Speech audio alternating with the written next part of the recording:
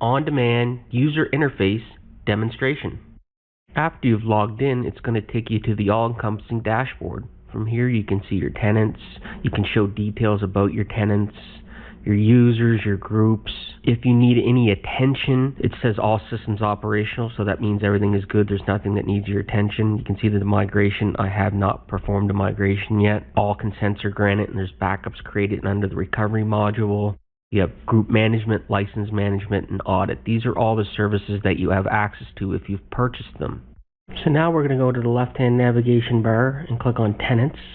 As you can see, I have 2 tenants. You can see that 11 are granted on one and 9 are granted on the other. If you wanted to edit the consent, just click the Edit Consent button under the tenant.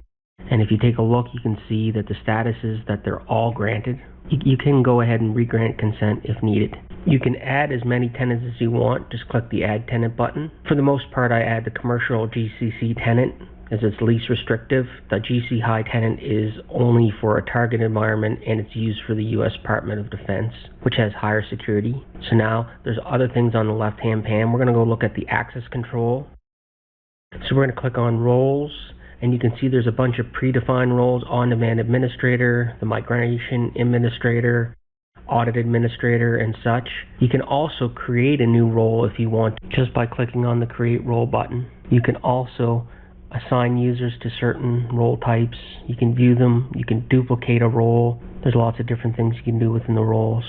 Under the users, you can also put in an email address of a person you want to add, and then you can start typing in an assigned default role or the assigned roles, and it will add them to that role. Under the services, we'll give you a list of all the services. You can click on them and you can see each one of them has a video, and then you can click on the Learn More link, and that will also give you some more additional information about each service. By selecting the help link, it will take you to the knowledge base, and then it'll take you to since I was just under the dashboard, it took me to the user guide for the global. But say I was under migration, it would actually take me to the migration user guide, or if I was under recovery, it would take me to the recovery user guide. It's the exact same process for the release notes. It'll take you to the support site, then technical documentation, and then it brings you to the release notes. Now let's take a look at the settings. Under the activity trail is usually a set of logs, so you can filter, you could edit the columns, you can see what the event and everything is. And if you want to export logs to support to help out your support case, you just click Export to CSV and it will download a log, and you can see that it's down there at the very bottom left-hand corner if you're using Chrome. Next is the agents. These are for group management. You can download the agent, and then you can generate the installation key right below it, and then you can install the agent, and then down below you can refresh to see if you've installed any of the agents. Next is notifications. This is for recovery backup failure. So you just add an email address, and you will be then notified when there is a backup failure, and you can add multiple recipients. And last but not least is the subscription tab.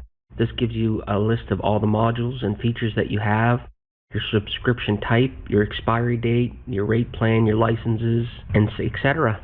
And that concludes this video demonstration. Thank you for taking the time to watch, and there'll be many more to come.